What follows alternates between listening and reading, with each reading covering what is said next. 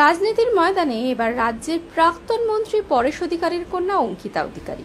মেখলিগঞ্জ বিধানসভার বিধায়ক পরেশ অধিকারীর মেয়ে অঙ্কিতা অধিকারী এবার তৃণমূলের নয়া ভূমিকায়। তৃণমূল কংগ্রেসের কোচবিহার জেলার সম্পাদিকা পদে স্থলাভিষিক্ত হলেন তিনি। পিতা পরেশ অধিকারী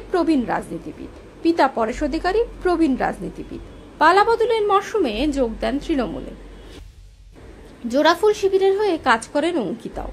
মেখলিগঞ্জ বিধানসভার বিধায়ক ও প্রাক্তন শিক্ষামন্ত্রী পরেশ অধিকারীর মেয়ে এই প্রথম দলে এত বড় দায়িত্ব পেলেন। দায়িত্ব হাতে পাওয়ার পরই উচ্ছ্বসিত অঙ্কিতা।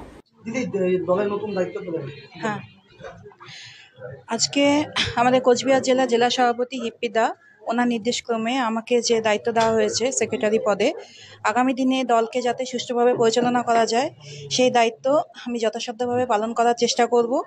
এবং বিগত যে লোকসভা নির্বাচনে যেভাবে বাবার সাথে প্রচারে বেরিয়েছিলাম এবং দলকে যেভাবে আমি সাথে পেয়েছি, আগামী যে ইলেকশন আসছে সেই নির্বাচনেও যাতে দল সবাইকে সাথে নিয়ে আমি যে দলের হয়েই সবার হয়ে কাজ করব এই আশাই রাখছি সকলের সামনে। নমস্কার।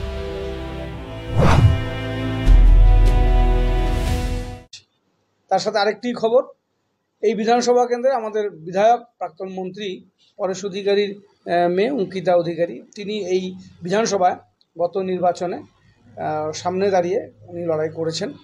ওনাদের পরিবারে একটি দুর্ঘটনা ঘটেছে। পরেশ অধিকারীর সুযোগ্য সন্তান ডক্টর, তার ছেলে, তার অকাল প্রয়াণ হয়।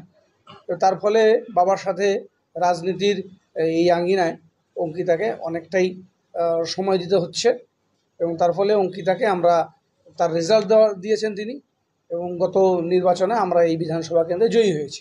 মেখলিগঞ্জের মানুষ আমাদের দলের পাশে থেকে, পরেশ অধিকারীর পাশে থেকে তারা এই রায় দিয়েছেন। সেই রায়কে আমরা স্বাগত জানিয়েছি। আমাদের জয়ে আমরা আনন্দিত, যার জন্য অঙ্কিতা অধিকারীকে আমরা দলের সেক্রেটারি হিসেবে, জেলা তৃণমূল কংগ্রেসের সম্পাদিকা হিসেবে আমরা আজকে নিয়োগপত্র দিচ্ছি।